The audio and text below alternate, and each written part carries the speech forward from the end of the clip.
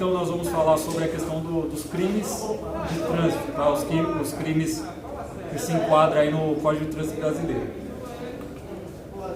A gente começa lá com o artigo 302, que fala sobre a prática do homicídio culposo na direção do veículo automotor. Então ali eu coloquei um exemplo, tá? Por exemplo, o condutor que colidiu contra outro veículo e resultou lá em morte, né? Então aí nesse caso teve a prática do homicídio culposo lá por ele, né? Normalmente a pessoa bateu em alguém, aconteceu a morte da outra, mas ele não tinha essa intenção que acontece, né? Apesar de ter a culpa. O artigo 303, a prática da lesão corporal culposa na direção do veículo automotor também, tá?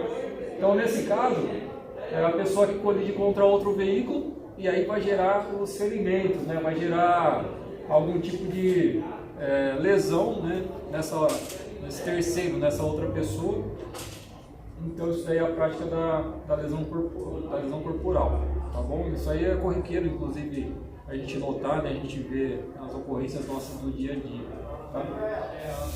O artigo 304, o condutor do veículo da ocasião do acidente deixa de prestar o socorro à vítima ou podendo fazê-lo diretamente, por justa causa, deixa de solicitar o auxílio lá da autoridade pública, seja essa autoridade a guarda municipal, né? Seja polícia militar, né? De repente o condutor que após o acidente que envolva a vítima deixa de solicitar, por exemplo, a unidade de resgate também, que pode ser lá o corpo de bombeiro. Então ele precisa solicitar o apoio aí, né, da autoridade pública nessa circunstância. Ele deixando de fazer, então ele incorre nesse artigo 304, que é o artigo de crimes também aí do Código de Trânsito Brasileiro.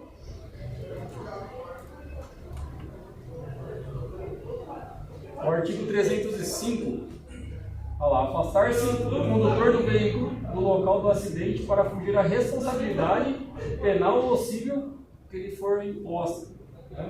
Que lhe for atribuída. Então, o condutor que após o acidente abandona o local deixando seu veículo lá. Aconteceu um fato bem típico sobre essa ocasião aí, recentemente ali no terminal metropolitano.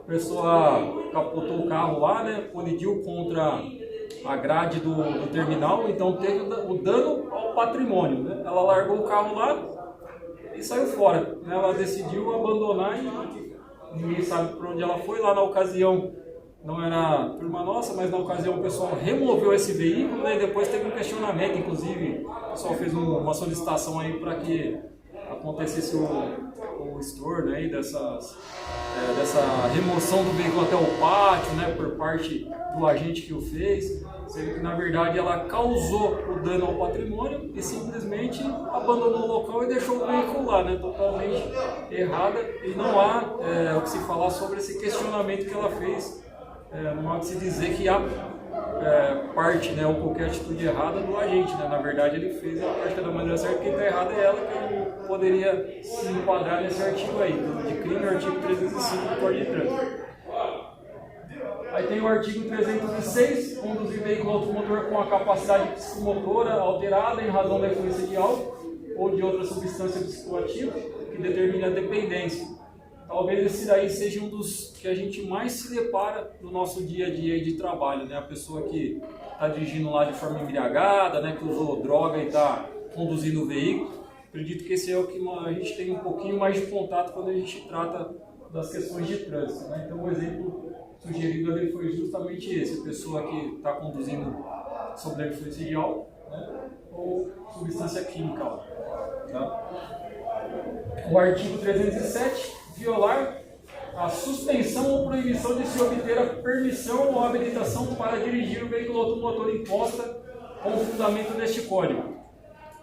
É o condutor, por exemplo, que não entregou a CNH e a utiliza ainda para conduzir o veículo automotor.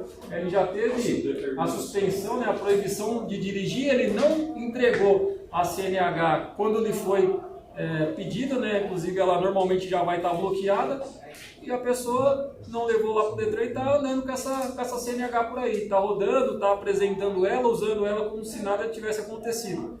então ele incorre nesse crime do artigo 307 do Código de Trânsito. Pouco se usa, né, na verdade, até acho que para a gente essa situação. Acho que talvez alguém já conseguiu se deparar com alguma coisa nesse sentido.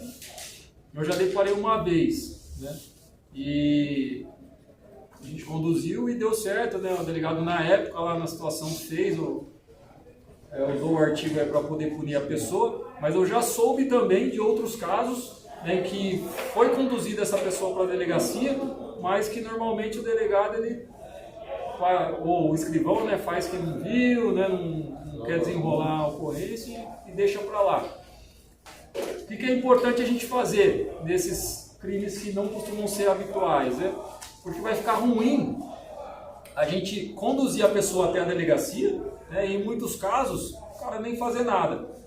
De repente o cara vai até, a pessoa a qual a gente abordou, vai querer talvez usar daquele artifício de que, pô, você cerceou todo o direito dele de estar ali, de ter que conduzir ele até lá, e chega lá e ninguém faz nada. Então vai passar a ideia, né, a má ideia, que na verdade não deveria ser assim, de que nós estamos errados, né, quando na verdade nós estamos fazendo da maneira correta.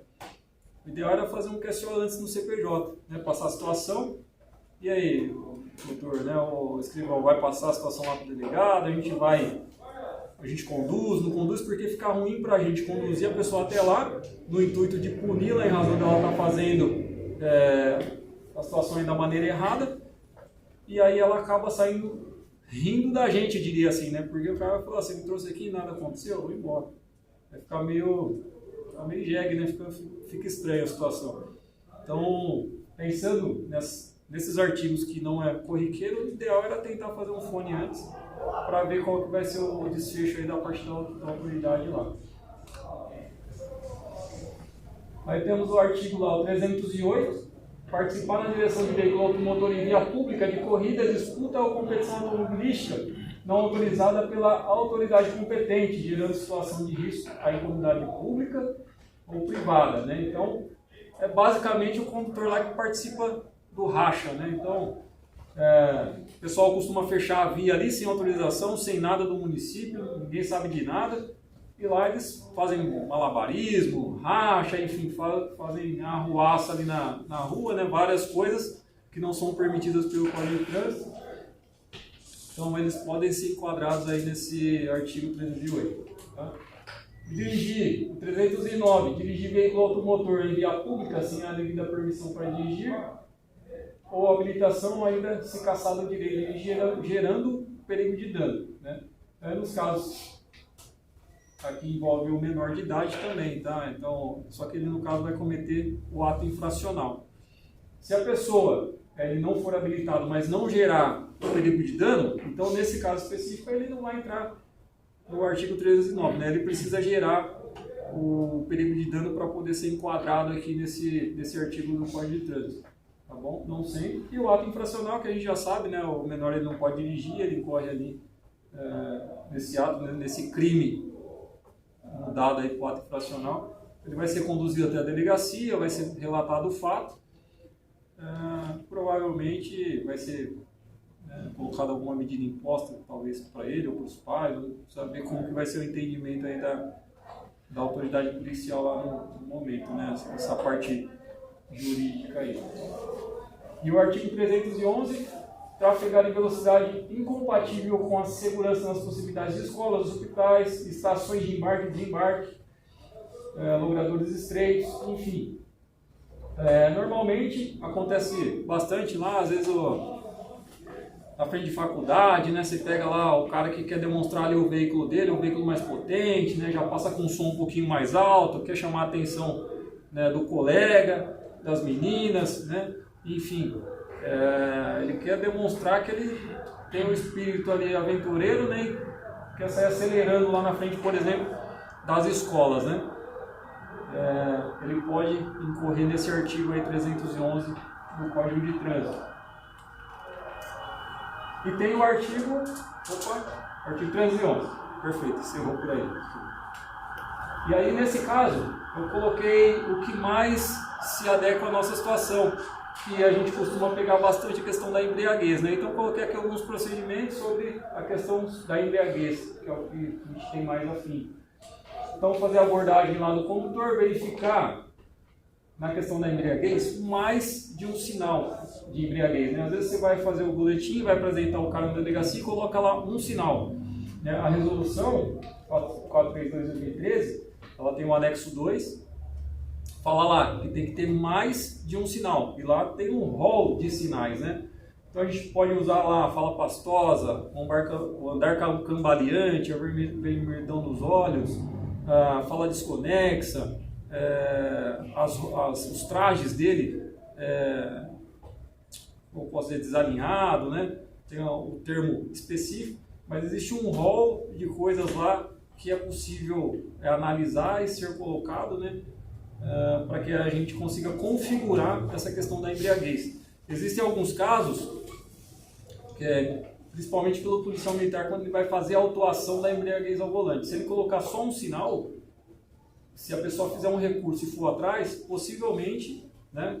Possivelmente não, é certeza que é possível cancelar esse auto de infração. Até fiz um curso recentemente, tem um rapaz lá que ele faz essa questão de defesa, né, de advogado, faz essa questão de defesa aí, recursos de autuações.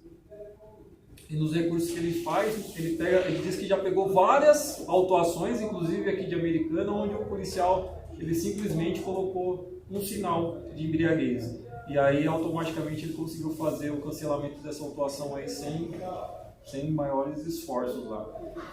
Tá? Então é super importante a gente colocar mais um sinal. Usar a algema, se o cara oferecer a resistência, né, tiver meio nervoso ali, se for o caso, aí precisa observar a súmula vinculante 11. Provavelmente, se já não teve, vai ter alguma instrução onde o pessoal vai comentar sobre essa questão do uso de algema, né, o momento de abordagem, enfim. Então aí vocês vão ter um respaldo maior de como fazer a utilização dela. E na verdade eu acho que não é nada difícil para ninguém que já permanece aqui, né? Todo mundo já sabe aí, né? Alguma coisa já, a súmula 11 ela já é antiga para todo mundo que já fez uso de algema já conhece. A gente precisa então conduzir a pessoa abordada até a delegacia, a Central de Polícia Judiciária, no nosso caso, né? Foi surpreendida, no nosso caso, conduz para lá. E o veículo ele poderá ficar aí sob a responsabilidade do terceiro. É importante, como já foi dito anterior, que esse terceiro seja ou ali o familiar de primeiro grau, né? Não sendo familiar de primeiro grau, se você decidir deixar esse veículo com aquela pessoa, pode correr aquele risco do que a gente comentou, né? Às vezes você deixou lá, o cara, alguém que estava ali na rua, pediu para ele, falou assim, não, deixa o veículo aqui na minha casa, a motocicleta, e se esse veículo sumir, né? Aí você foi, pediu para ele assinar seu BO, colocar lá que ele ia ficar responsável. Saber a questão jurídica, né? Será que o guarda também vai ter responsabilidade por ter deixado esse veículo com alguém que nem parente daquela pessoa era, né? Será que a maneira ideal não era ter encaminhado lá para o pátio, de acordo lá com o artigo 270, parágrafo 4 que a gente viu antes? Né? Então, se não for parente de primeiro grau, eu sugiro que encaminhe lá para o pátio municipal, para poder não correr esse risco de ter questionamento. Beleza? Aí o artigo 270 que eu acabei de falar. E aí agora nós vamos falar sobre o veículo abandonado, né? A gente tem notado, não sei se é todas as equipes que costumam encontrar esse tipo de veículo na rua. Eu sei que as equipes durante o dia costumam ter um pouquinho mais de vivência aí com essa situação, né? Do veículo abandonado, fazer notificações e tal. Eu acredito que o pessoal da noite pouco faz, né? Não sei que não tem ninguém da noite hoje aqui. O senhor, né? Não faz, o pessoal tranquilo. Então vamos lá. Quando a gente for fazer uma notificação de um veículo abandonado, é aquele veículo que está na rua lá, pneu murcho, faltando vidro, sem uma das placas, aquele veículo que tem sinal de depredação, veículo que está com sinais de colisão, sinal de ferrugem, enfim, essas são características que demonstram que o veículo está lá há algum tempo e que ele está abandonado. Tá? Então, se o veículo ele está dentro dessas características, a gente vai fazer uma notificação lá para ele. A gente vai elaborar um boletim de ocorrência com base na lei municipal que é a 6136 de 2018 e o decreto 12.2266 de 2019.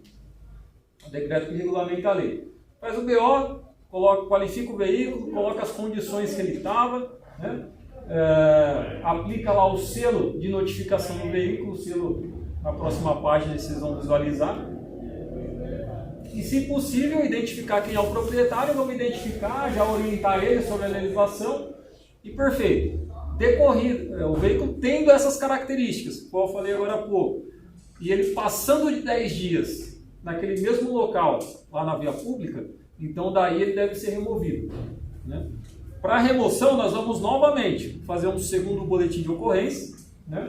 Nesse boletim de ocorrência, a gente vai colocar as informações anteriores, que aquele veículo foi notificado no dia específico, conforme o número de notificação X, né? E que então ele deixou de sanar a irregularidade, que ele permaneceu então mais que os 10 dias naquelas mesmas circunstâncias. Vamos remover ele lá para o PAC. Tá?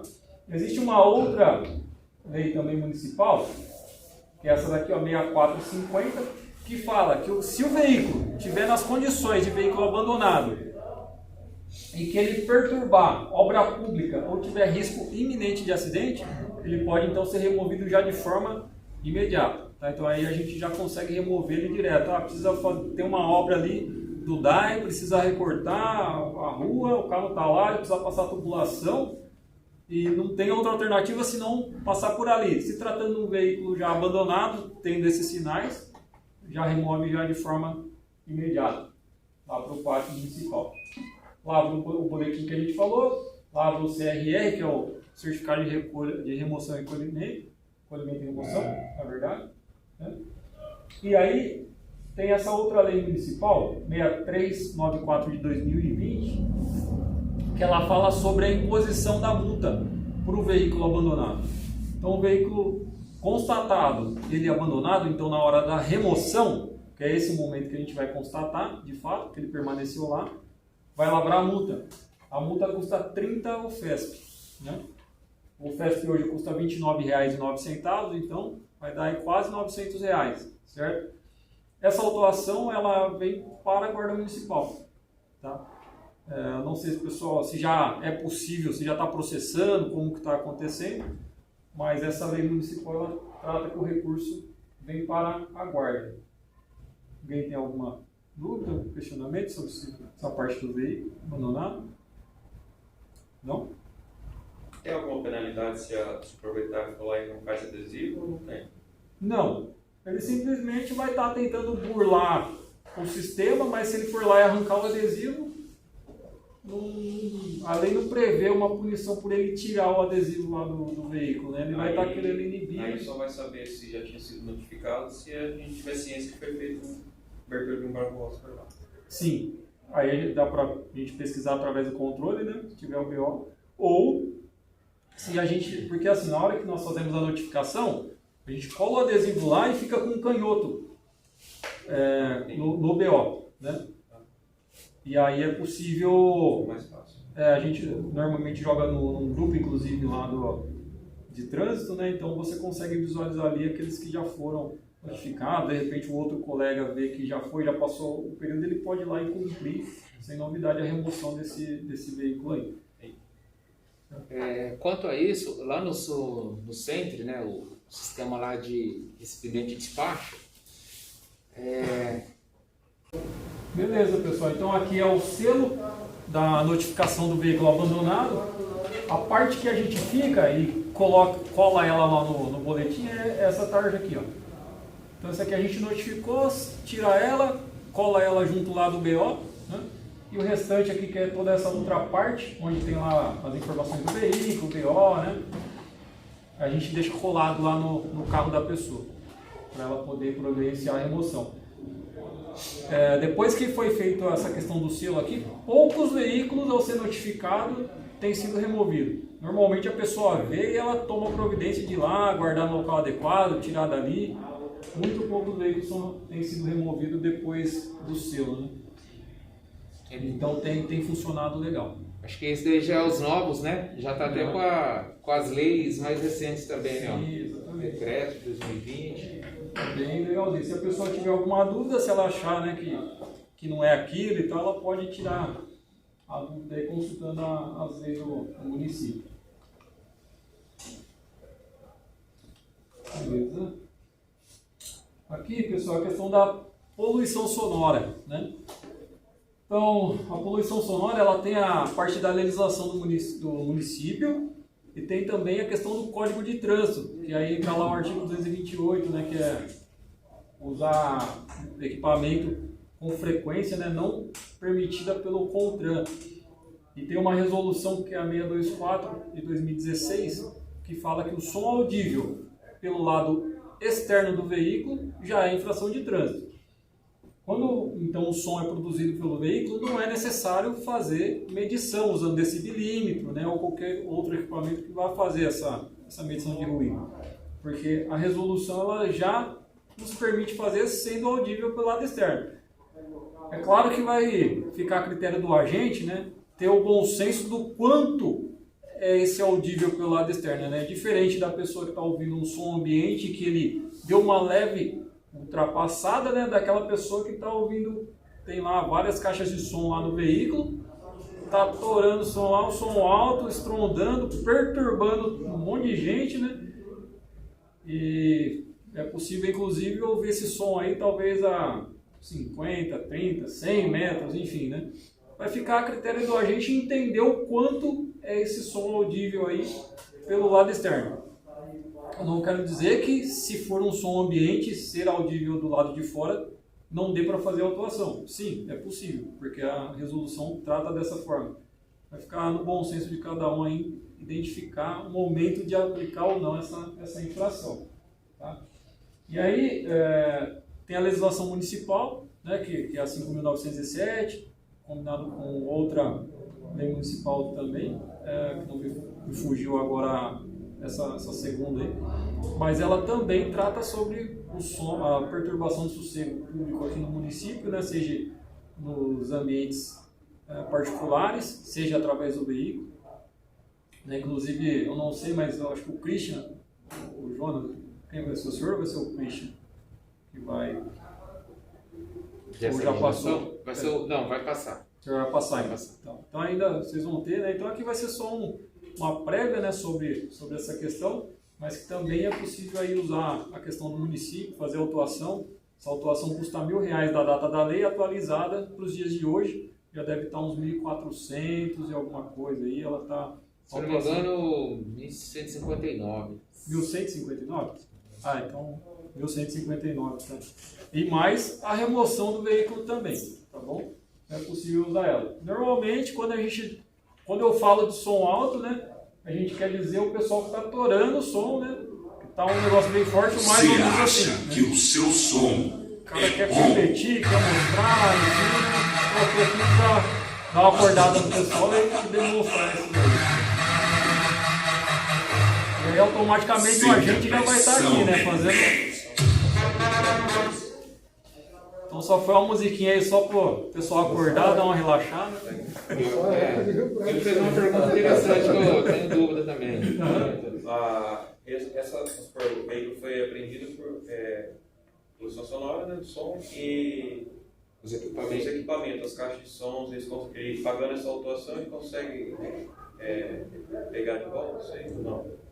Consegue, tranquilamente, porque é dele, né? Você não pode apreender o equipamento da pessoa, né? Aliás, ele posso fazer uma parte? Um detalhe muito importante se fazer quando for aplicar essa autuação.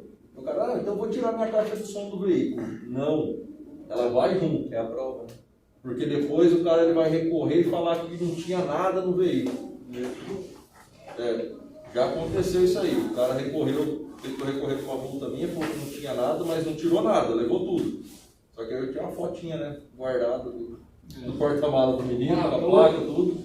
Então isso é bem importante. Eu até acho, né, que se ele falar que ele quer tirar, no mínimo tem que ter uma imagem, uma filmagem antes, mas o ideal é que vá junto, porque na hora que chega no pátio o veículo, é feito imagens, fotos. Na verdade, atualmente, Guincheiro está tirando foto agora. é isso que eu ia falar. Na hora que o guincheiro está levando, antes de iniciar a remoção, ele já vem, faz umas fotos, tal, como veículo do carro. Qualquer tipo de situação agora ele tira foto. Então, assim, o risco que a pessoa pensa de que vai sumir minha caixa de som, não sei o que tem, isso aí, meu, hoje em dia, da maneira que está sendo feitos os É procedimentos, só consignar praticamente no auto de apreensão. Você Perfeito. coloca ali que tem, está resguardado.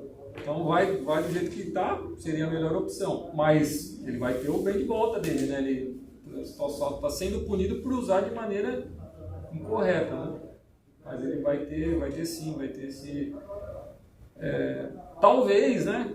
Se ele decidir entrar, vamos falar assim, que ele está lá fazendo som, seja no veículo, o veículo vai ser removido, mas se for num QTH, num ambiente próprio lá na casa, no bar, enfim, que aí também não vai entrar na questão do trânsito aqui, mas só um parênteses.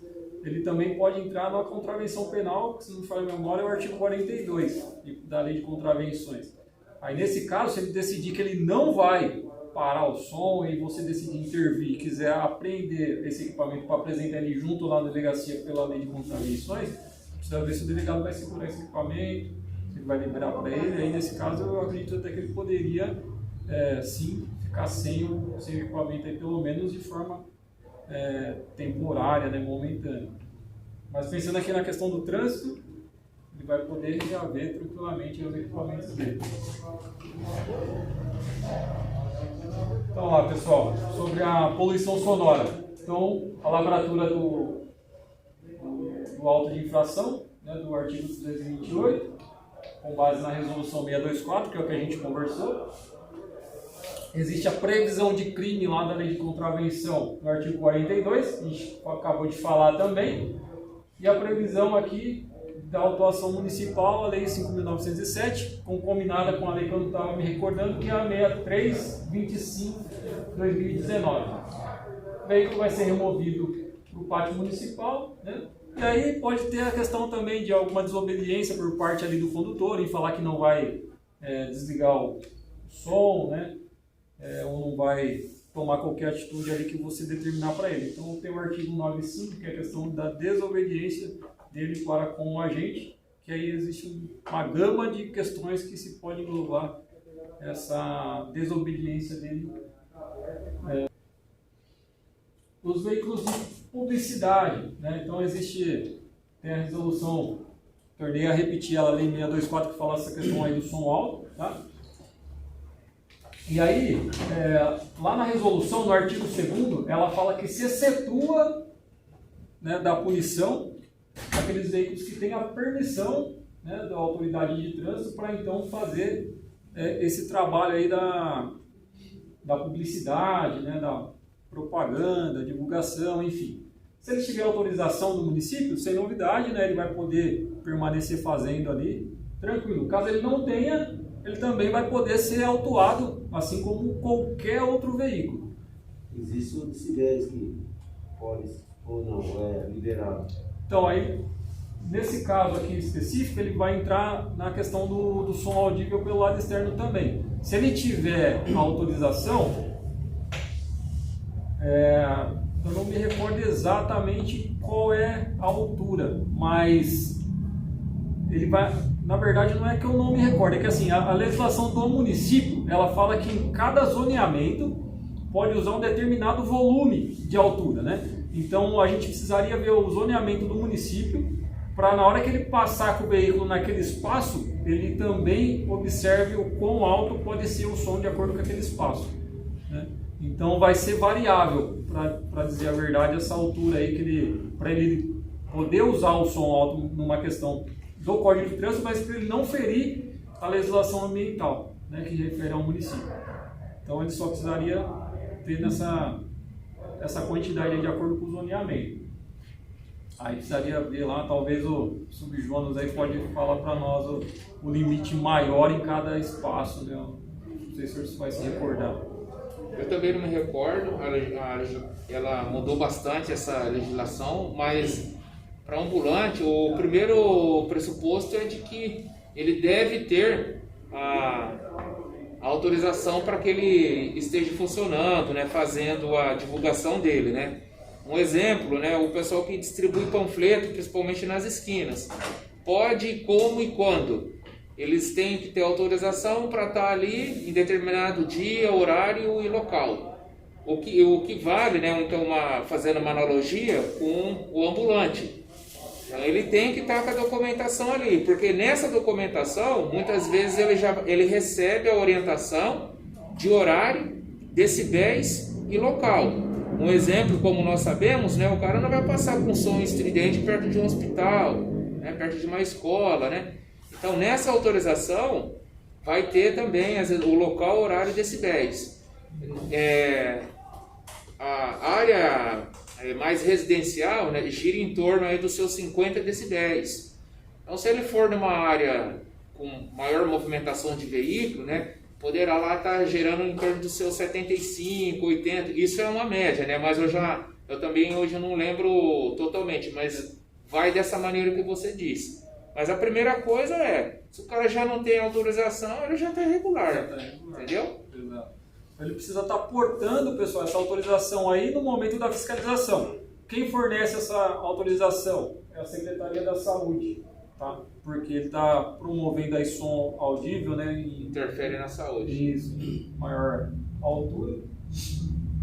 E aí a Lei Municipal 6492 de 2020, que trata aí sobre essa autorização lá no artigo 199. E aí temos também a questão do uso irregular da sinalização de trânsito. É bem corriqueiro, né, acontecer isso daí na cidade, o pessoal coloca aqueles tambores na frente do barzinho, né? O pessoal faz a faixa da maneira que ele acha adequada lá na frente da casa dele, no intuito de inibir que as pessoas estacionem ali, né? Algumas empresas pela cidade delimitam ali o estacionamento da maneira que eles acham melhor para acomodar, seja os funcionários ou as pessoas que vão até a empresa lá fazer a venda de algo para eles, enfim, coloca cones lá para poder reservar vaga para o caminhão, para reservar a vaga para o parente. Então, assim, tudo isso aí se encaixa no uso irregular da sinalização de trânsito, que é uma lei do município, né? E é possível fazer a apreensão desses materiais aqui no artigo 245 também, né? Mas pensando na legislação municipal, que é a lei 4226 de 2005, concomitado com a 4339 de 2006, a sinalização, se ela for fixa, na verdade, assim, a legislação ela fala que é possível dar o prazo lá para a pessoa de 30 dias para ela sanar aquela irregularidade. Se for uma sinalização fixa, é novidade, né? A gente precisa atender os 30 dias. Se ela for uma sinalização móvel, nada se fala em não dar os 30. Mas é possível a pessoa sanar já de imediato, né? Se for cones, por exemplo, ou tambor, é possível você pedir para ela retirar ali de pronto, né? Mas em tese, ela teria lá uns 30 dias também, né? O cara falou, vou deixar 30 dias cone aqui, depois eu tiro. Pô, sacanagem. Podia ter uma alteração lá, que se for móvel, que teria que sanar de imediato, mas hoje não tem nada assim. E precisa lavrar a autuação, é uma autuação no valor de R$200 na data que foi feita a lei, e ela é corrigida pelo INPC. Eu não sei o valor que ela está hoje, né? Qual foi essa variação do INPC de 2005 nos dias atuais, mas a autuação ela é nesse valor. E aí a base legal para a autuação é o artigo 4º da lei 4226 lá de 2005. E tem o artigo do CTB, que é o que a gente já comentou agora há pouco, que também é possível fazer a autuação no CPF ou CNPJ daquela pessoa que colocou aquela sinalização ali e fazer a remoção da mercadoria, né, do que for que ele colocou ali no espaço, né? Se for a pintura de sol, não vai conseguir remover, né? E detalhe, se passar os 30 dias que foi determinado para que ela faça a remoção dessa pintura, né, do que for que ela deixou ali e ela não o fizer, além da autuação, tem as custas que deve ser paga também do que o poder público gastou para poder remover, tá bom? Então essa legislação ela já trata esse assunto aí dessa forma mais completa. Essa daqui é uma autuação que foi feita, uma notificação, na verdade, né? Que foi feita sobre essa linha amarela aqui, que foi feita de forma irregular, tá? Então, foi lavrado essa notificação aqui para que a pessoa pudesse resolver aí nesse prazo aí dos 30 dias.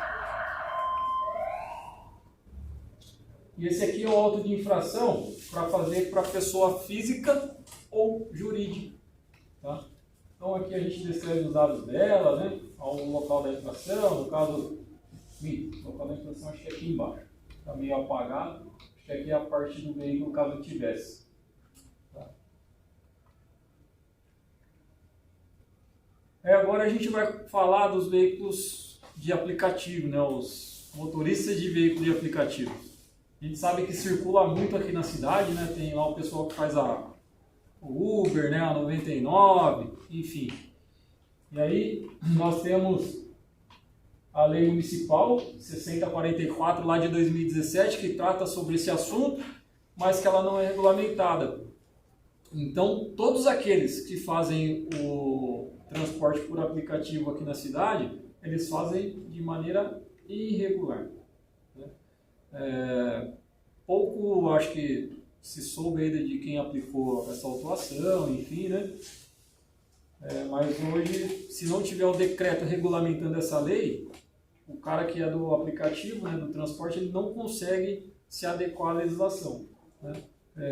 E ainda assim, acaso ela já tivesse em pleno funcionamento, ele teria então que seguir alguns requisitos que a legislação pede. Por exemplo, morar na cidade há algum tempo, ter o veículo emplacado aqui na cidade, né? Aí precisa recolher algum valor lá também. Então tem alguns requisitos que precisa se seguir para conseguir se adequar à legislação. E ela não é possível porque ela não está regulamentada através de decreto. É uma lei. Então, pessoal, qualquer atividade que a pessoa faça para ganhar dinheiro no município e ela não for regulamentada na legislação específica sobre aquele lá que ela vai fazer, seja a lei de transporte por aplicativo, seja o fretamento, né? Se ele não se adequar, não estiver lá sobre a van escolar, né? Se ele não estiver regulamentado dentro dessas legislações específicas, ele corre no transporte irregular remunerado, e aí a gente sempre vai usar então a lei 3149 lá de 98 e aplicar essas autuações aí, e a remoção do veículo. Uma dúvida, isso se ele estiver pegando as corridas aqui dentro da cidade ou mesmo se ele vier de outra cidade para cá? Não, aí é se ele estiver pegando as pessoas aqui. Porque se ele estiver transportando alguém de outra cidade para cá, se ele só deixou a pessoa aqui e voltou... Tranquilo, porque aí o transporte remunerado ele aconteceu lá no outro município. No entanto, a legislação ela fala também que ele deve comunicar a secretaria aqui, por exemplo, nas vans escolares, né? Então ele deveria pegar essa autorização que ele tem lá naquele município e informar a nossa secretaria aqui também, né? E aí sem problemas. Mas pensando numa questão de flexibilidade, né? Porque aí não se trata do Código de Trânsito, nesse caso aqui eu acredito que a gente poderia ser flexível. Se não está pegando pessoas aqui, ele não está trazendo prejuízo para o nosso município em questões de recursos financeiros, né? Ele não está exercendo nenhum trabalho exatamente aqui, né? Ele está exercendo o trabalho inicial naquela na primeira cidade lá onde ele pegou essa pessoa. Então acho que tranquilamente não teria nenhum tipo de problema, né? Agora, se ele está pegando aqui, ele está ferindo, né, todos os preceitos aqui do nosso município, né? Ele deveria contribuir para aumentar, inclusive, as riquezas daqui, para ele poder ganhar dinheiro também e distribuir esse dinheiro aí nas dependências nossas, enfim, a gente crescer enquanto cidade aí, né? Olá, pessoal, hoje nós vamos falar sobre a Lei Municipal 4419 de 2006, que trata sobre o fretamento no nosso município, município de Americana. E ela traz, então, questões sobre o serviço de fretamento contínuo, o fretamento eventual e com veículo próprio. O que seria o fretamento contínuo? Esse serviço ele é contratado através de uma determinada empresa, né? Contrata outra empresa, então, que disponibilize de ônibus, por exemplo, para fazer a condução de seus funcionários. numa rota, né, no itinerário já pré-definido. Isso aí acontece corriqueiramente, continuamente, a cada dia. Então isso seria fretamento contínuo. Sobre o fretamento eventual, ele seria um fretamento onde o motorista ele pega um passageiro em determinado ponto, A, por exemplo, leva até um determinado ponto B e se encerrou por ali. E assim ele segue com suas próximas viagens. Então, por exemplo, o táxi, né, poderia se enquadrar então no fretamento eventual. Sobre o fretamento então com o veículo próprio, seria, por exemplo, a empresa que possui veículos na sua frota e que funcionários dessa empresa saia com esse veículo para determinados locais para resolver situações afins dessa empresa aí de origem. Tá? Então esse seria o fretamento com veículo próprio. E a legislação sobre o fretamento possui algumas regras e trata lá que a inobservância de preceitos contidos nessa lei pode acarretar em multa, impedimento temporário, impedimento definitivo ou até mesmo a cassação do alvará de licença de circulação. Hoje nós falaremos sobre as caçambas metálicas que estão no nosso município. Existe uma lei municipal que trata sobre esse assunto, que é a 4396 de 2006. Ela traz algumas regras para que seja utilizado esse tipo de caçamba aí no nosso município. Então, primeiro nós precisamos ver o local onde essa caçamba está estacionada, se ela está estacionada sobre o passeio, se ela está estacionada em local proibido de estacionamento. Então ela se equipara basicamente como um veículo. Ela precisa então seguir essas regras de trânsito também, não pode estar próximo à esquina a menos de 5 metros. Não é? No caso em que ela esteja na área azul, é preciso então que se faça o recolhimento da taxa pelo aquele período, né, onde vai permanecer lá na área azul, que então é o estacionamento rotativo. A gente precisa verificar as características da caçamba, se estão ok, se ela é na tonalidade amarela, se ela possui as faixas refletivas de segurança, se tem o nome da empresa, se possui o número de identificação de cada caçamba. Então existem algumas regras, né, nós vamos ver no próximo slide as definições, características que a caçamba precisa ter. Caso haja desrespeito a essas regras, então vai ser feita uma advertência, no nosso caso essa advertência através de um boletim de ocorrência, e vai ser comunicado então ao proprietário da caçamba para que ele resolva o problema em 24 horas. Né? Ele possui esse período de 24 horas para estar sanando essa irregularidade. E na negativa, caso não seja sanado a situação, não é? Então é possível lavrar lá uma multa de R$250. É claro que existe a correção pelo índice, nesse caso aí do IPCA, então nos dias de hoje essa multa vai estar com um valor mais elevado, né? Ela era R$250 no ano de 2006. E se for constatado perigo de acidente decorrente da deficiência de sinalização ou estacionamento irregular, é possível que aconteça essa remoção de forma imediata e inclusive a aplicação da autuação. Então as caçambas elas precisam seguir essas regras para que possa ser utilizado no nosso município. E aqui então nós temos um modelo de caçamba que no nosso município é previsto para ser utilizado. Então, de acordo com o que vocês podem ver na imagem, é necessário ter o dispositivo de segurança nos campos 1 lá da caçamba, o espaço de identificação da caçamba, que é o número dela no 2, o nome da empresa aqui no campo 3, o espaço para o telefone da empresa aqui no campo 4, e aí precisa ter também essa área zebrada, né? E elas têm os tamanhos adequados, né, de acordo com o anexo da legislação. Remoção de veículo. E a remoção do veículo ela é tratada também no artigo 271. Nós, enquanto agente de trânsito, lavraremos os autos de infrações que nos compete, ou seja, no nosso caso, no âmbito do município, e sendo necessário, né, será feita a remoção do veículo. Né? Nós, de fato, não o faremos se não for possível. Né? Às vezes há impedimentos, em fazer a remoção em dado lugar, não há espaço, existem outros veículos atrapalhando. Do contrário, se for possível, nós o faremos. Mas o artigo 271, no parágrafo 9º, fala que não caberá remoção nos casos em que a irregularidade for sanada no local da infração. Essa redação ela foi dada pela medida provisória 1050 de 2021, então logo desse ano. Então nós precisamos nos atentar a esse ponto, porque se essa situação de irregularidade for sanada tão logo, não caberá a remoção ainda, que no Código de Trânsito prevê já essa remoção.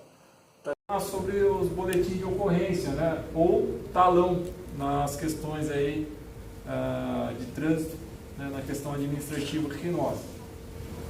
Então o agente, na hora da ocorrência, ele deve decidir sobre fazer o talão ou sobre fazer o boletim de ocorrência. Então, dependendo do tipo de ocorrência que ele for atender, pode-se ter as duas maneiras. Muito embora alguns tipos de naturezas já exigem que seja feito o boletim de ocorrência. Tá? Então, por exemplo, o acidente de trânsito com vítima, né? Precisa-se fazer o boletim, até porque existe também uma previsão de crime que é lesão corporal, né? Ainda que a pessoa não queira ter feito, mas existe a questão de lesão corporal, então precisa fazer o boletim. O dano ao patrimônio público, também existe a questão do crime ao dano ao patrimônio, né? Seja o veículo, seja o patrimônio físico, seja o que for, então é necessário fazer lá o boletim. Situações envolvendo embriaguez ao volante, também se trata de questões de crime, então também é necessário fazer o BO. O veículo abandonado, então a legislação sobre o veículo abandonado, que é a legislação municipal, ela fala lá sobre fazer o boletim de ocorrência, ela não fala sobre talão. Portanto, a gente faz o BO quando se trata lá do veículo abandonado. E qualquer veículo que for removido por qualquer circunstância, né, talvez por algum outro exemplo que não esteja aqui no quadro, sendo removido, é necessário fazer o boletim de ocorrência, porque é uma exigência, inclusive, da Secretaria de Trânsito para liberar o veículo para a pessoa que teve removido. Então, precisa fazer o BO. E a gente precisa observar o artigo 271, lá no parágrafo 9º, que ele fala que não caberá remoção nos casos em que a irregularidade for sanada no local da infração. Então, às vezes você pega, por exemplo, a pessoa com uma motocicleta fazendo malabares, né? Não andar só sobre uma roda não cabe infração, só autuação. Mas vamos supor que ele esteja lá fazendo acrobacias diferenciadas e não tem autorização para fazer isso lá na via pública. Esse tipo de autuação, ele cabe inclusive a remoção da multa. Só que se ele parar de fazer, resolveu o problema. Então o código ele trouxe essa alteração aí, com essa nova lei, inclusive do ano passado, que é a 10.071 de 2020. Então passou a vigorar lá a partir do 12 de abril desse ano, de 2021, que não caberá remoção nesses casos. Outro exemplo, o cara está fazendo transporte irregular remunerado. Por exemplo, na situação aí de um cara que está fazendo serviço de táxi, né, transporte por aplicativo. Se ele parar de fazer o transporte regular remunerado ali naquele momento, né, pedir para a pessoa ir a pé, enfim, ele sanou o problema. Então, a previsão de remoção que é a que está lá no código, nesse caso não vai ser possível cumprir, porque ele sanou a irregularidade. Então, a gente tem que ficar atento que as questões de remoção, se ele conseguir sanar lá na hora, não dá para remover mais. Tá? Então, teve essa alteração aí.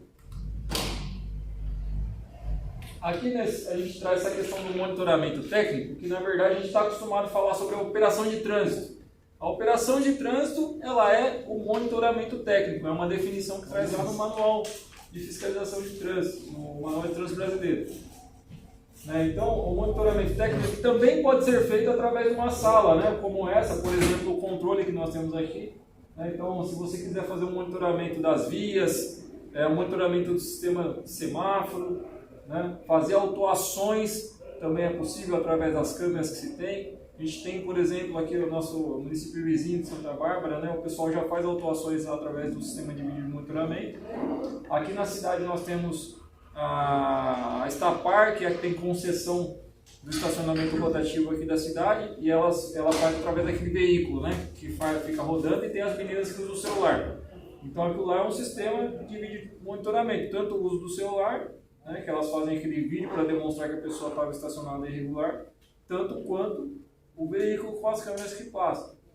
Legislação que aprova esse tipo de multa por vídeo monitoramento? É Federal ou é estadual? Cada município tem que... É federal, é a resolução 532 de 2015, se não me falha a memória. Ela fala sobre o vídeo monitoramento. Aí lá na frente vai ter para vocês darem uma olhada, eu não tenho ela aqui na íntegra, né? O que precisa verificar é quais as condições para se aplicar o vídeo monitoramento. Eu sei que precisa ser, por exemplo, em tempo real esse vídeo monitoramento. Como que aplica os dispositivos das câmeras, né? Isso daí é um ato administrativo, então precisaria ver junto do Detran, Secretaria de Trânsito, como que vai rolar esses dispositivos para ser feito. Mas é possível de acordo com essa resolução. Inclusive, tem algumas cidades lá que já fazem, né, todo esse monitoramento. Semáforo deu problema, desligou, o cara restabelece através do sistema, né, dá fluxo mais uma via, menos fluxo na outra. Tem sistema de semáforo que já faz esse controle inteligente através de sensores, né? E aqui nesse ponto já é o agente lá na rua mesmo, né, fazendo a tal da operação de trânsito, que é o monitoramento técnico ainda assim. Então, o agente ele precisa fazer os gestos amplos, né? Tem colega que às vezes está aqui, né? Você não sabe se está com calor, se refrescando, ou se está chamando de fato os veículos para seguir. Então esse gesto ele precisa ser amplo, para as pessoas obedecerem, né, o gesto dele e surgir o efeito para onde ele quer determinar que aquele fluxo de veículo vá, né? Usar o apito também, fazer o silvo do apito de acordo com o gesto também é importante, né, porque as pessoas que estão transitando com uma distância um pouco maior, elas vão te observar antes de chegar próximo a você e vai verificar então com antecedência os gestos que estão sendo feitos. E aí permanecer também em local de fácil visualização, né? Às vezes o colega quer ficar na sombra e fica atrás do poste, fica atrás de uma árvore. Não adianta, né? Porque você vai fazer o sinal, a pessoa não vai conseguir te enxergar. Então é essencial que você esteja em um local de fácil visualização, fazendo esses gestos amplos aí para poder surgir todo o efeito desejado lá no monitoramento do trânsito ali. Mas essa resolução fala de deixar com pelo menos 30 metros de antecedência do acidente ali, né? Sinalizar com 30 metros antes. O triângulo quando quebra a cava é 30 metros. 30 metros, é com base nessa resolução. Nós, enquanto agente de trânsito, a gente precisa respeitar no mínimo esse espaço de distância ou mais, né? Então nem que a gente pegue pelo excesso, exceto naqueles locais onde não dá, né? Às vezes quebra na esquina, não tem como você respeitar 30 metros. Mas sendo possível, né, o quanto antes a gente conseguir respeitar, melhor vai ser, né, para a segurança de todos ali que está circulando naquele espaço. Então o vídeo aí é só para ilustrar, né, ver esse erro aí do pessoal e a gente aprende, né, de forma construtiva com o erro deles. Para avisar os motoristas que o trânsito está impedido em todas as direções, o agente de trânsito dará 2 silvos prévios. Este movimento é uma indicação para a diminuição da velocidade. Para avisar os motoristas que diminuam a velocidade, o agente de trânsito dará um silvo longo.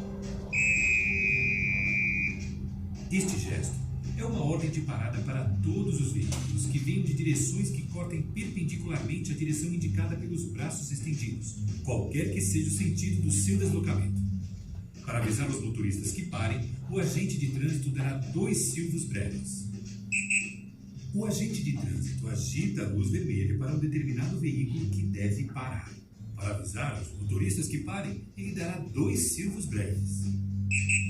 Este gesto significa que todos os veículos que venham de direções que cortem perpendicularmente a direção indicada pelo braço estendido, qualquer que seja o sentido do seu deslocamento, devem parar.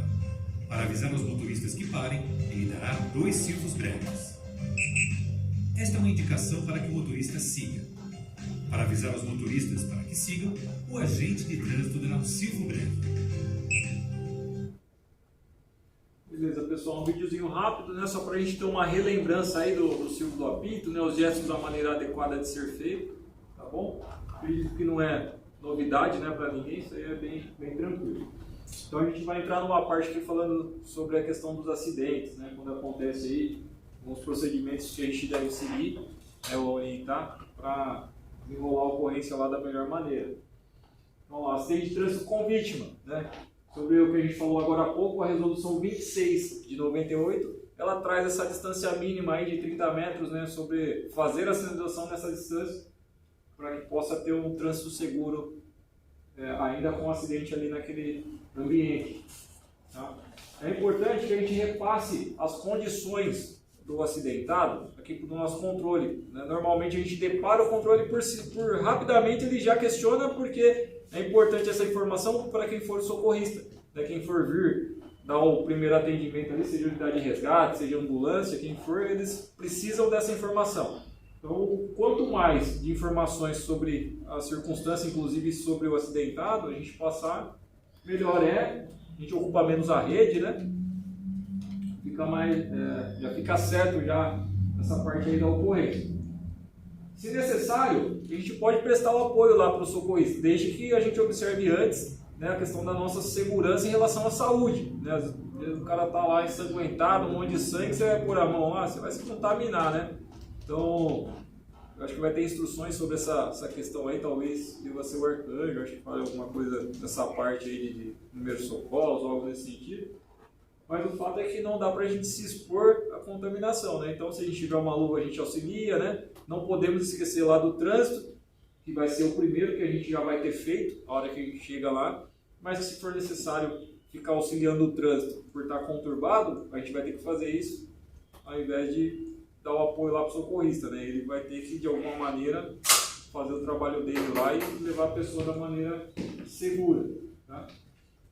Para não acontecer um segundo acidente, né? Então, nosso trabalho é essencial aí nessa parte. Nós vamos precisar fazer a desobstrução da via. Normalmente, quando se envolve vítimas num acidente de trânsito, pelo menos na maior parte, costuma o veículo não possuir condições de rodagem, né? Dificilmente o carro está rodando. Em alguns casos acontecem, mas eu acredito que é o mínimo das vezes. Então, a gente vai precisar desobstruir, tá? E antes de desobstruir, a gente precisa observar essa questão de ter vítimas graves, de natureza grave ou de natureza fatal. Tá? Então, se for nessas duas situações, provavelmente vai ter que ir a perícia com mais fácil que a perícia vá lá. Né? Quando for vítima de natureza grave ou média, é importante que se faça o que aciona no CPJ, simplesmente para passar o fato e ver se vai ter a necessidade ou não.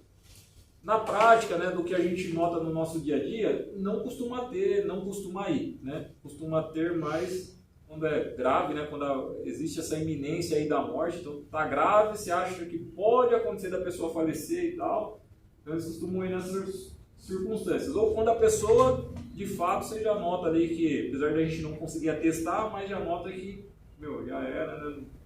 Acho que já faleceu. Então, nesses casos, costuma ter a perícia lá. A gente vai precisar fazer a remoção do veículo e nós podemos usar então esse artigo 270 no parágrafo 4º. Ele fala que não sendo providenciado pessoa habilitada lá no local, então o veículo ele vai ser conduzido para o pátio. Se não tem autuação, é só uma questão administrativa, esse artigo aí do Código de Trânsito. Então vamos supor que não apareceu nenhum familiar, nenhum parente, não tem ninguém que vai deixar o carro lá na via, uma que você precisa desobstruir. E o Código de Trânsito ele preza pela livre circulação e segurança de todos também. Mas esse artigo fala também que não providenciou, não teve ninguém que teve lá, até porque a pessoa também talvez não conseguia providenciar, né? Mas é possível fazer a remoção ali do veículo lá para o pátio. No caso da entrega do veículo a terceiros, tem que ser parente de primeiro grau? Então, boa pergunta. Isso é uma pergunta que a gente já conversou em outras instruções. No meu entendimento, a melhor opção é entregar, sim, para o parente de primeiro grau. Por quê? Às vezes você entrega para um terceiro qualquer e vamos pensar num veículo mais simples, né, que é mais leve e tal, a mobilidade dele é mais tranquila, é uma moto, uma motocicleta. Aí o cara falou, não, deixa aqui na minha casa, tal, avisa a pessoa lá e depois ela busca. A princípio ele está agindo com uma boa vontade e tal, e se ele não comete o crime, mas alguém vai lá e furta essa moto da casa dele. Então, assim, aí beleza, você foi lá, qualificou ele, colocou lá no boletim que ele está responsável, ele assinou, né? Precisa ver, na verdade, porque não existe uma conduta exata sobre esse assunto, né? Vai ser algo que vai ser discutido juridicamente. Mas precisa ver se o juiz vai entender que você deveria, enquanto agente de trânsito, ter encaminhado para o pátio, que você poderia e teria essa prerrogativa, né? Mas você decidiu deixar um terceiro, né? Talvez ele atribua a culpa para o agente também, né? Além do terceiro. Então, do meu ponto de vista, a melhor opção, ou a gente entrega para o parente de primeiro grau, que pode acontecer essas outras circunstâncias também, mas ele é o parente de primeiro grau, né? Ele é a pessoa que pode representar o acidentado naquele momento. Ou encaminha lá para o pátio. Né? O único problema é que encaminhou para o pátio, ele vai ter um segundo custo aí, que é arcar com o pátio a hora que ele for buscar o veículo, o carro, a motocicleta, enfim. Então, né, no meu entendimento é melhor do parente de primeiro grau ou manda direto para o pátio. Tá? Se o veículo tiver com licenciamento vencido, que agora é o CRLV-E, né, o Certificado de Registro de Licença Veicular Eletrônico, tiver vencido, a gente deve acionar a PL? Não deve? Essa daí é uma infração do Estado, né? Não compete a nós. Alguns guardas, né, às vezes entendem que não, eu vou remover, né? Fica a critério de cada um decidir o que vai fazer lá no local. O que nós precisamos entender que é do Estado, e quem deveria cumprir com essa medida administrativa ou impor essa sanção de infração de trânsito é o Estado e não o município. Vai ter questionamento lá no futuro, porque o guarda fez, ao invés de ser o policial lá que representa o Estado? Não sei, né? Eu acredito que até hoje nós não tivemos questionamento sobre isso, e os que foram feitos, né, pelo que a gente sabe, né, teve, acho que no caso do J. Luiz e tal, teve alguns questionamentos sobre isso daí na justiça. O juiz entendeu que sim, você como agente de trânsito e conhece a lei, deveria simplesmente, né, sanar lá o problema, enfim, né, já que você verificou aquela situação, resolver. Pode ser que tenha juiz que entenda diferente, né? Meu ponto de vista, o que eu acho que seria interessante, pensando na questão pura de legislação, nós poderíamos acionar, mesmo que o pessoal não fosse lá, se eles não fossem, né, se for o caso, libera, né? Ou se eles forem, eles vão ter o dever legal de fazer. Volta a dizer, né? Eu até entendo que também possa haver uma resistência, né? E é natural isso, de chamar lá, né, a polícia militar no local e tal. Quem vai determinar o que vai acontecer lá no ambiente vai ser cada agente, né? Não dá para eu aqui impor algo ou falar é assim ou assim assado. Eu estou trazendo uma questão de ideias do como pode acontecer, a complexidade disso, para na hora vocês entenderem, né? O que a gente precisa entender de fato é só a legislação. É algo do Estado, não é nosso. Então aí depois na hora cada um define se sim, se não, né? Não dá. O ideal é que nós pudéssemos fazer diante da lei, né? Para ficar sem novidade mesmo. Alguém quer fazer alguma observação aí sobre esse assunto? Caso tenha algum familiar que apareça lá no local do acidente, né? Sobre os próximos procedimentos, né? Sobre perícia lá do veículo, né? A requisição de exame de IML, enfim, o que for pertinente à ocorrência. Vai fazer a lavratura do boletim de ocorrência e encaminhar ele, né, via e-mail, via malote, enfim, desde que não envolva lá a vítima fatal. A gente vai fazer, trazer aqui para a guarda, e o pessoal, por questões de meios administrativos, vai encaminhar esse boletim para lá. E o que regula essa maneira de se fazer esse BO é a circular 03 de 2021. Então lá tem alguns critérios que deve se seguir, né? Inclusive colocar lá o nome completo de quem foi os guardas que fizeram aquela ocorrência, o RG e tal. Então, tem essa circular aí que trata de como fazer esse boletim de ocorrência. Tem que descrever a versão das pessoas, tá?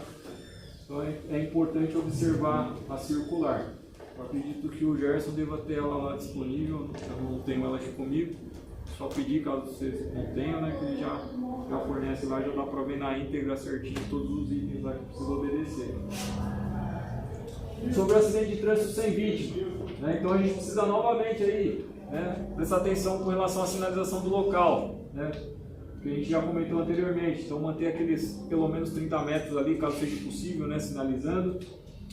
Fazer a orientação das partes envolvidas sobre os próximos procedimentos, né, essas partes envolvidas lá no acidente, né, comunicar elas ali sobre a questão de acertarem os bens particulares que foi danificado ali entre elas, a necessidade de entrar com qualquer tipo de ação mais cível, né, entre elas, caso eles não chegarem num senso comum, né, onde retirar o boletim de ocorrência ou talão, né, porque é possível fazer o talão no acidente de trânsito sem vítima, né, que no caso nosso vai ser aqui na Guarda Municipal. A gente pode fazer a remoção do veículo caso for necessário. Esse artigo 253A, depois a gente comenta ele lá na frente, que vai ser mais pertinente uma outra imagem, comentar sobre ele do que aqui. E o artigo 178 é a pessoa deixar de providenciar meios para retirar o veículo lá da via no acidente de trânsito sem vítima. Tá? Então é uma infração, né? Não tem a questão de não prever como medida administrativa a remoção, mas tem a autuação nesse caso aqui. Tá? E se a pessoa decidir que ela não vai tirar, que ela não vai resolver ela estando lá, então a gente consegue usar o 253A, que a gente vai exemplificar mais lá na frente, vai dar para entender melhor. E aí, dependendo da circunstância, como acontecer, dá para a gente lavrar o talão ou o BO. Suponhamos que está obstruída a via, que o negócio está tudo embaralhado lá, você vai ter que ficar. A gente pode fazer o BO, porque você vai ter que ficar lá do mesmo jeito, vai ter que aguardar o guincho, ir lá, retirar o carro, não tem problema. Mas se for algo rápido, que é possível, só afasta o carro lá para o lado da guia ali da via, a pessoa vai já providenciar o guincho dela para ir lá, o trânsito está fluindo, né? Está tudo ok. Também é possível que a gente faça o talão com base nesse serviço interno, que é o 22 de 2020. Então, na época ainda do serviço interno, eu acredito que o pessoal vai alterar para circular. Tá? E aí, nesse talão, precisa ter essas informações no mínimo, que é o nome completo dos condutores, o CPF, placa, modelo, né? Marca e modelo e telefone. Né? Então, placa, modelo, marca, modelo e a placa aqui do veículo, o telefone das pessoas aí no caso.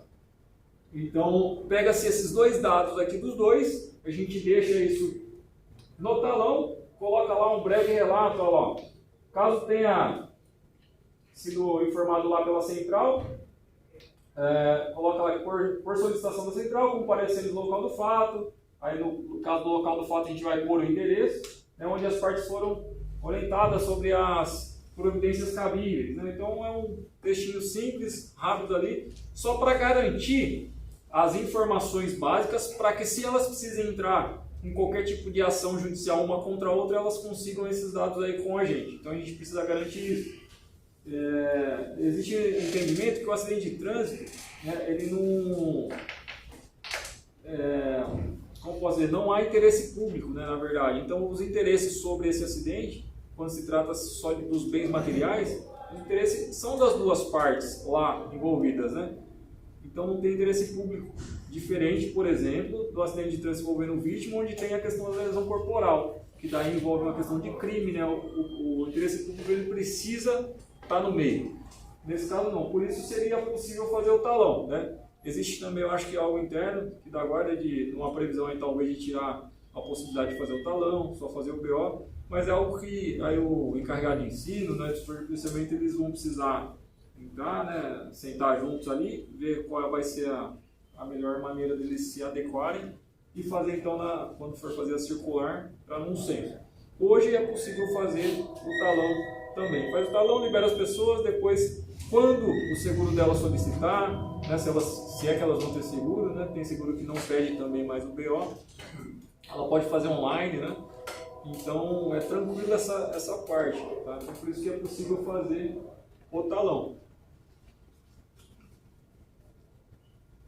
Beleza. O acidente de trânsito envolvendo o veículo oficial, né? A gente deve observar lá os preceitos já ditos nas questões de acidente de trânsito, com ou sem vítima, e o fato deve ser registrado lá de forma imediata na delegacia. Ainda não há uma circular falando que nós, né, mediante o fato de envolver lá o veículo oficial, a gente pode trazer esse BO para cá e depois encaminhar via malote. Eu até acredito que isso seja possível, porque não precisa ser necessariamente feita a perícia no veículo lá na hora e tal. É possível que isso seja feito depois. Mas a gente precisa ter uma regulamentação interna nossa aqui, também tratando desse assunto. Da maneira que é hoje, como não há, então a gente já vai direto lá e faz o registro, tá, desse fato. E tendo um contato lá do veículo que seja de outra secretaria, que não seja nossa, é importante fazer então um contato com esse secretário para que ele providencie meios para remover o veículo lá da via caso ele esteja imobilizado, né? Vai ficar ruim, né?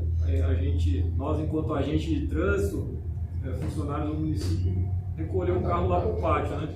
Então, faz isso daí, né? Se for o caso, o pessoal lá vai procurar os senhores enquanto superiores para resolver esse abacaxi aí, né? Vai trazer aqui para a guarda, não sei, né? Mas não achou ninguém no último caso, vai lá para o pátio, né? Mas aí vai ficar meio estranho, né?